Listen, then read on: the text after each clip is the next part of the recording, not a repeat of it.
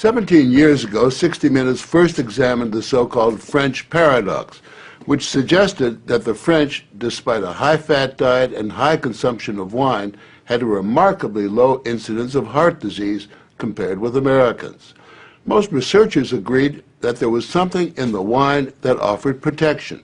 And a few years later, even the highly cautious federal dietary guidelines say that moderate consumption of red wine can be beneficial. Now, scientists across the country have identified a substance in red wine called resveratrol that they believe might do more than just protect the heart, but could, in very high concentrations, significantly extend life by preventing a number of age-related illnesses. If they're right, we all may soon be taking a pill that could give us an extra decade or two of healthy old age.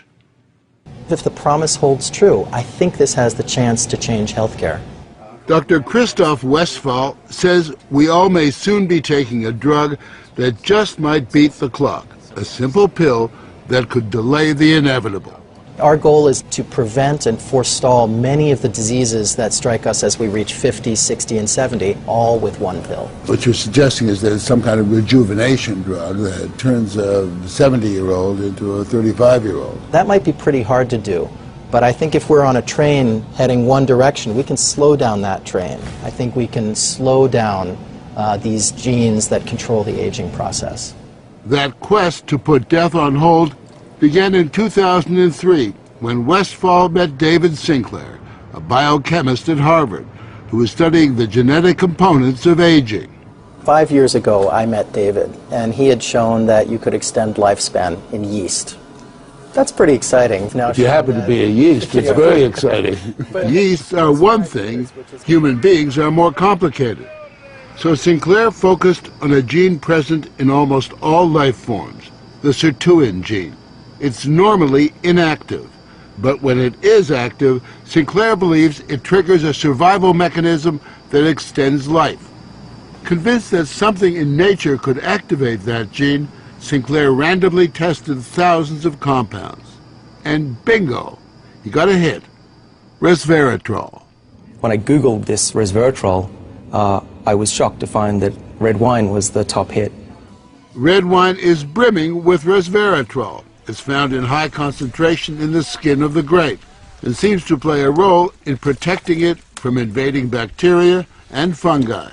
Were you aware of the research into red wine that it offered certain health benefits? Oh, sure. I mean, that's why I almost fell off my chair when the link was made, and I thought that this was a potential explanation for the benefits of red wine. Convinced they were on the verge of a major scientific breakthrough, Sinclair and Westphal launched Certris, a Cambridge, Massachusetts research company. They, along with a handful of other cutting-edge biotech companies, are developing resveratrol-based drugs that they believe zero in on the longevity gene. The important news here is not that we found something in red wine. The important thing is that we passed a milestone where we can now make drugs based on this knowledge and potentially slow down aging itself. Everyone from plastic surgeons to your friendly snake oil salesman have been promising a ticket to eternal youth for some time. So the prospect of a prescription pill based on red wine that could trigger a longevity gene sounds too good to be true. And yet, scientists have actually known for years of one surefire way of doing that. Stay hungry. Eating a lot of food turns that off. Dieting, extreme dieting, turns it on. These rhesus monkeys are on a major diet. For nearly 2 decades now, they've been taking in a good 30% fewer calories than their well-fed brothers and sisters. It's feeding time, I get it. Time. They're the centerpiece of a National Institutes of Health study at the University of Wisconsin on whether or not CR, calorie restriction, makes them healthier and extends their lives. To maintain their sterile environment, we had to suit up to visit them with Ricky Coleman, the project leader. These are 2 of our control animals here. They are nearing the end of a typical monkey lifespan, about 27 years, and major differences in their overall health are becoming clear. The difference is really obvious. Right. The skinny monkeys actually look younger, their coats are shinier, and fewer have arthritis. And those chunky monkeys, many have diabetes, and a significantly higher number have cancer and heart disease. Pound for pound, the lighter guys Do better. do much better. Right. Dr. Richard Weindruck, who heads up the study, believes that calorie restriction turns on these monkeys' genetic survival switch. A hungry life seems to lead to a longer life. There is an emerging survival advantage for the monkeys on caloric restriction, and 50% of the normally fed animals have died, and maybe 25% of those on caloric restriction. That's a pretty remarkable number. Surely those are strong indications that a restricted calorie intake among humans would be extremely beneficial. It appears to support that idea. But our record as humans in staying on diets is pretty miserable. And worsening. So it's a fat chance that we'll all be giving up our passion for greasy junk. We consume tons more calories than we need. But believe it or not, there are some Americans who just revel in their hunger. I basically just have one meal a day. Meet the Skinnies, members of CRS, the Calorie Restriction Society, a group that's been severely restricting their calories for years now. They're also part of a Washington University study to see if humans mimic the monkeys. Does this kind of self-denial make them live longer, healthier lives? We joined them for what they call happy hour. So this is in the spirit of a Bloody Mary. Though you might regard it as an unhappy hour, a cocktail of low-calorie soup for starters, and walnuts and baby food, green bean puree on flour-free bread to top off this feast fit for a flea. If I'm hungry, I know, number one, that I have done what I meant to do. I've eaten less than my body thought it wanted. So far, the participants have lowered their blood pressure, reduced body fat, and lessened risk factors for heart disease, diabetes, and even cancer. And what's more, to one husband anyway, starvation has its sexy side. To be honest, if you saw her without any clothes, she looked pretty darn good, like a woman of many, many years younger. Their emissaries travel the world, spreading the faith and the word. Hunger turns on the survival gene. I would like to live to be 100. The Skinnies may not die young, but given their diet, they just might die of boredom. But if the scientists at Certris are on the right track, it could mean forget dieting, forget the sweaty business of working out. Just pop a pill and you are in guilt-free couch potato paradise.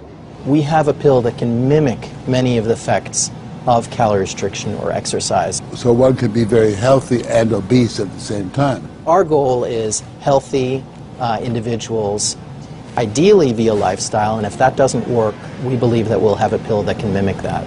A pill that in effect diets for you. A pill that turns on the survival gene. And what we're trying to do with our drugs here is to put the body in a defensive state, to ring the alarm bells and get the body to defend itself instead of dieting to set the alarm off, pop a pill.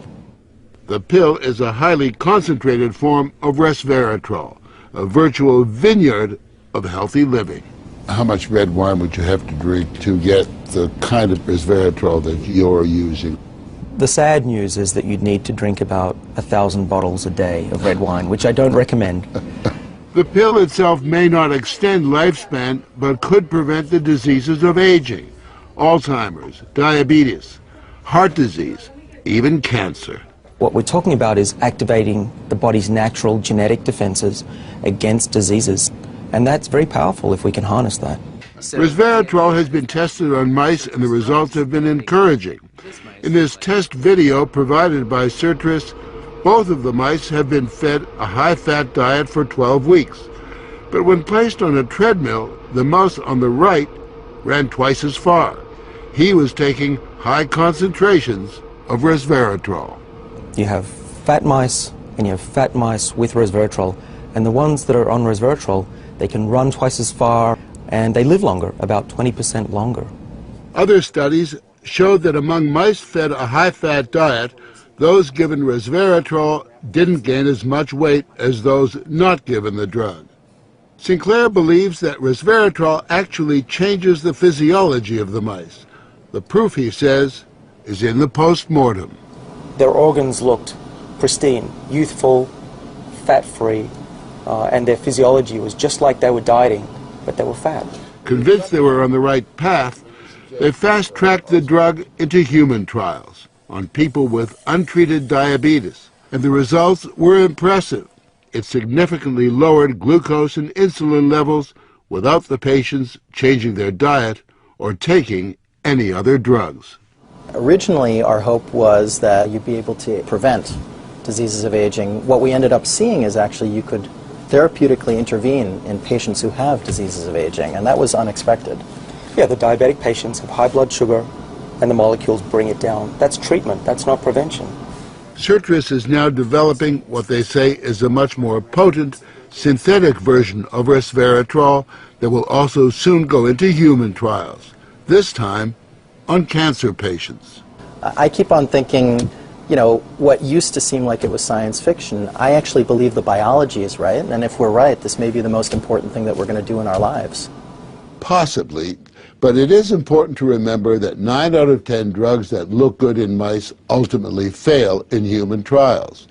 Still, the speed and results generated by citrus and the resveratrol drugs are unusual, and Sinclair believes these drugs will not only keep people living longer, but will keep them healthy longer. What we're talking about is potentially making a 90-year-old as healthy as a 60-year-old. A 90-year-old can play tennis and see their great-grandkids graduate from college. People will live active, healthy lives and then die quietly in their sleep, and that's really the aim here with these medicines. Are we on the edge of maintaining active lives into our hundreds, for example? Well, we've certainly passed a corner in terms of the science, and someone's going to achieve it, and if it's not us, it's going to be someone else. But the question that most of us want answered is, when do we get this pill? I would say 5 years, to be conservative, that this will happen within our lifetimes. I'm fairly certain about that.